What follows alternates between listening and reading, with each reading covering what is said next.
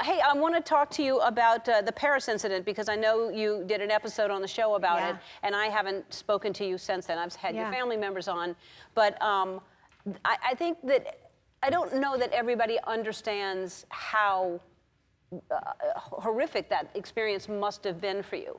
Yeah, I mean, I know this sounds crazy, but I know that was meant to happen to me. I don't want to start crying, but I feel like that was so meant to happen to me. I'm such a different person, and just don't want to start crying anymore. But yeah, you can cry. It was meant to happen to me. The things I really feel like things happen in your life to teach you things, and this was I'm just thanks. I was. It was probably no secret. You see it on the show and it's being flashy. I was definitely materialistic before, and not that there's anything bad with having things and working hard to get those things. And I'm really proud of, everyone around me that's successful. But I'm so happy that my kids get this me and that this is who I'm raising my kids, because I just don't care about that stuff anymore. Really? Wow. I really don't. Yeah. And I mean, like I said, everyone gets so excited. Yeah, when they get things or of course, when you get engaged, you're going to show off your ring.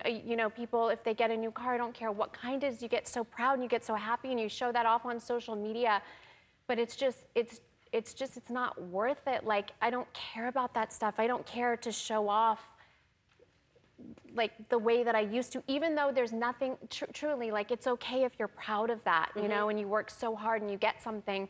It's just not who I am anymore. So you were, because you were showing these diamonds, because you were in Paris, you showed off what you had. Yeah. And you think that attracted those guys, and they said, she has all this in her apartment. Yeah. And I'm trying to understand, so, because I can't imagine you were alone. Yeah. And it's, what time is this? It was about almost 2:30 in the morning. But what was crazy is meeting with my attorneys and knowing the information that I know now. They had been following me for 2 years, and they had been hearing interviews that I did, getting excited about this jewelry or this jewelry and saying that it's, real. And it's not to say that I'll never wear jewelry again or anything like that. I truly don't know if I'd ever feel comfortable. I truly don't know if I'd ever wear real jewelry again. Just my whole life has changed as far as how I travel and what, security. I never thought that I needed security staying outside my door, even though I had a lot of jewelry. And if you think about it, yeah, I should have had a security guard outside my door 24/7 when I'm traveling, and I didn't. Now I have several, just for me to be able to sleep at night. But how did they get in the door was locked, right? Yes, the door was locked. I didn't answer the door. They held a gun up to the concierge that was downstairs and said, let us up to, where's the rapper's wife? And How then... dare them not know your name? And, yeah.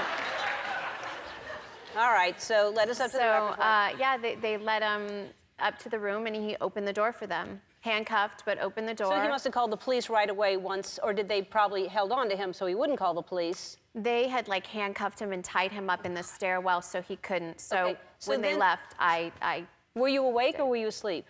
I was just about to fall asleep, but I was awake. So you heard people in there. I heard people running up the stairs, and I thought it was my sister and my friend drunk coming home, and I was calling out for them I was debated going out, not going out, all night. And then finally I'm I'm just gonna stay in and pack. And one of my high school friends, who's a stylist that came with us on that trip, she was downstairs in a bedroom and they didn't know that she was there with us. So she heard what was going on and she heard me screaming. And so she called my sister and my security. But let's get, they're with you. Yeah. They have a gun. Mm-hmm. Are you hysterically crying? Are you how do you react in a situation like that? Well, automatically, your stomach drops. It's a feeling you can't even explain, and I knew that was it for me. I thought you were gonna die. 100%. 100%. I said a prayer. I'm I know I'm going to heaven. I hope my kids are okay, my husband. I don't want to cry. You're making me cry. But it does happen really fast. It was a good 7 or 8 minutes of torture, but when I look back and I analyze it, I'm like, okay, they weren't really aggressive. Like, it could have been way worse. So I don't want to sound, you know, like I'm not grateful. Like I'm out, I'm home, I'm safe. Yeah. I'm such a better person. It's okay. Like, let's Yeah. move on. Man.